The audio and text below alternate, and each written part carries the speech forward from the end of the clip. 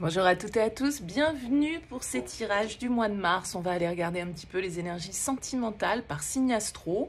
Alors vous pouvez regarder votre signe solaire, votre signe lunaire, votre signe ascendant. Vous pouvez essayer de faire votre propre météo parmi tous ces tirages. Alors bien sûr, ça reste un tirage général, donc prenez toujours le recul nécessaire. Il se peut parfaitement que ça ne vous parle pas, il n'y a pas de souci là-dessus. Si vous souhaitez développer avec moi par le biais d'une guidance personnalisée, eh bien vous retrouvez mon mail en bas de cette vidéo, lililataro@yahoo.com. Je fais toujours une première approche avant la consultation pour voir si je cerne bien votre situation actuelle. Donc n'hésitez pas, vous me faites un mail, prénom, date de naissance des personnes, le domaine, c'est pro, c'est sentimental, c'est financier, pas plus d'éléments, pas de questions. Le but, c'est de partir d'une page vierge et de voir si je cerne bien vos questionnements ou votre problématique actuelle. Donc, m'en dites le moins possible dans votre mail et bien évidemment, je reviens vers vous pour vous expliquer le fonctionnement. Voilà pour le préambule. On va faire un tirage à 9 cartes comme on a fait le mois dernier et le mois précédent. On va utiliser ce mois-ci le Lily White Tarot et on va regarder un petit peu ce qui ressort pour chacun d'entre vous. À tout de suite pour le tirage.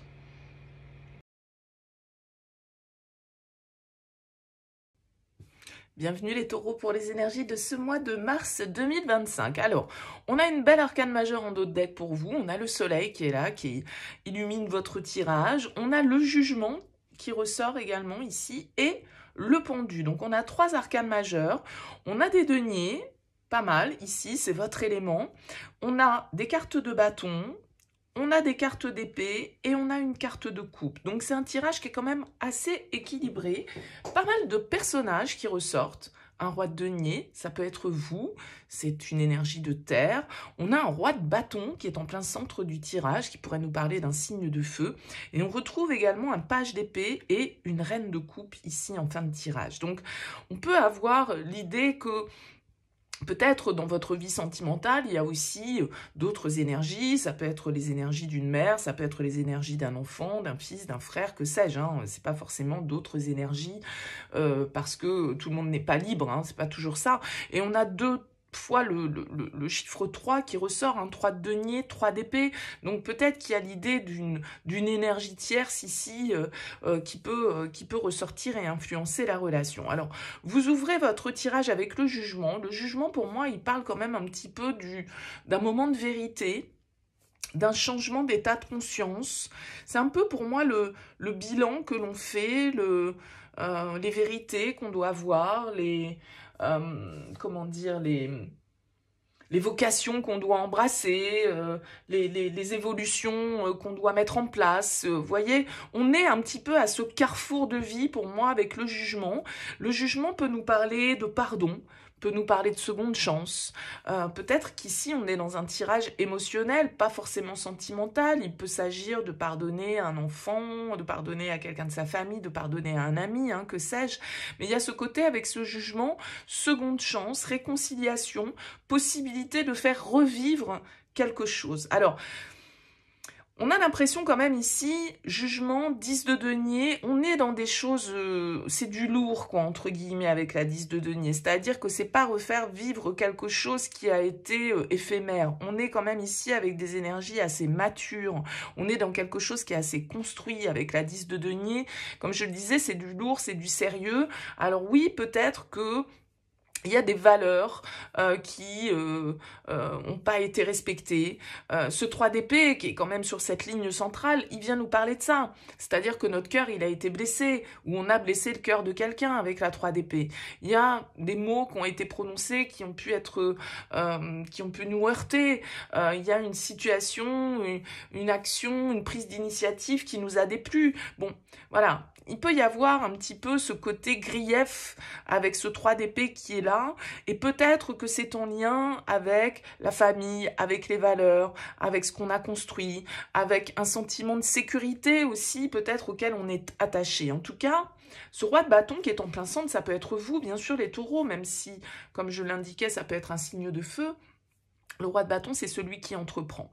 C'est celui qui ose prendre des risques. C'est celui qui ose aller de l'avant. Donc, je pense quand même qu'avec ce 3 de denier, il y a cette énergie de construire, de bâtir, de continuer à développer, en fait, quelque chose. Même si on a l'impression que ce développement, il amène peut-être un sentiment de sacrifice. Peut-être que dans tout ce process, dans ces décisions qu'on doit prendre, ces vérités qu'on doit voir, cette évolution qu'on doit apporter dans notre vie, eh bien, voilà, il y a quelque chose qui risque de blesser vous ou des personnes qui vous sont proches, des personnes de votre famille, ou voilà.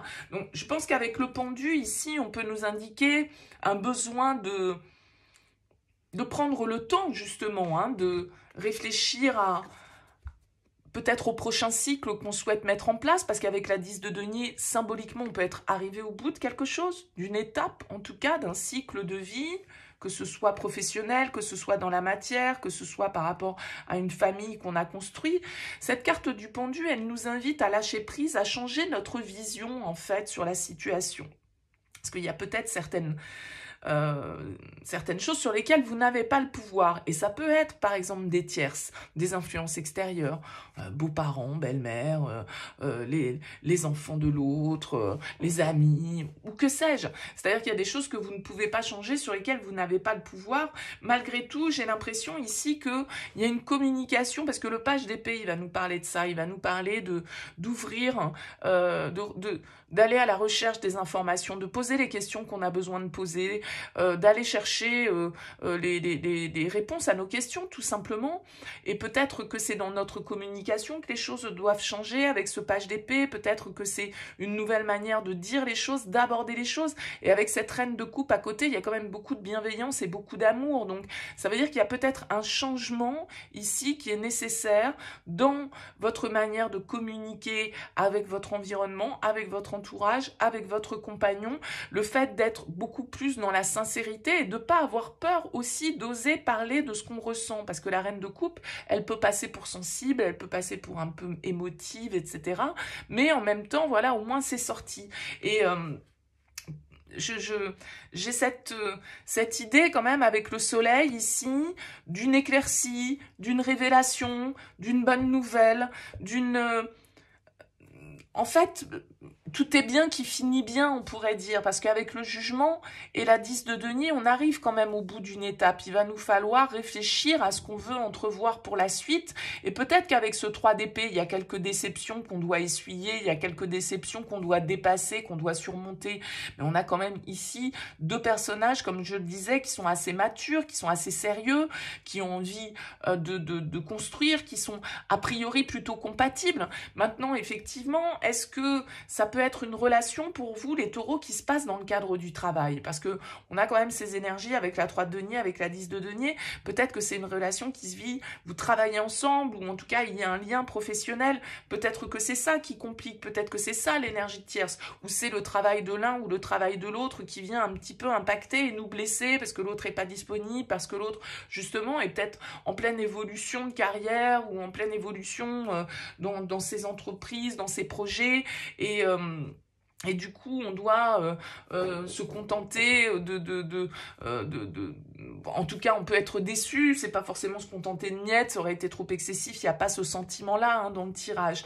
Mais je pense qu'en fait, il y a un besoin de changer un petit peu ses perspectives par rapport justement à cette blessure qui est activée, au fait que on ait besoin, je pense que l'un ou l'autre, je sais pas si c'est vous les taureaux ou si c'est le partenaire, mais on a besoin d'exprimer des choses. On a besoin de dire ce qu'on a sur le cœur. On a besoin de dire ce qui nous a blessés.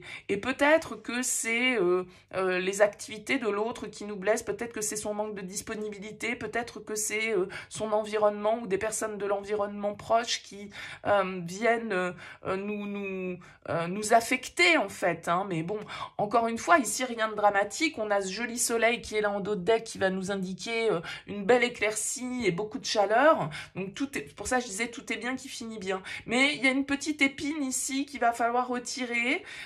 Et c'est sans doute par la communication spontanée, sans chercher à contrôler, sans chercher à dire non, il faut pas que je dise ça parce que sinon l'autre va penser ça ou je me mets dans tel... Non, lâchez l'ego et soyez dans une certaine forme de spontanéité, vous ou l'autre encore une fois.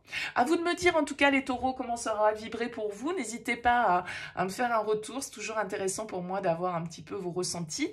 Merci pour votre écoute, à très vite.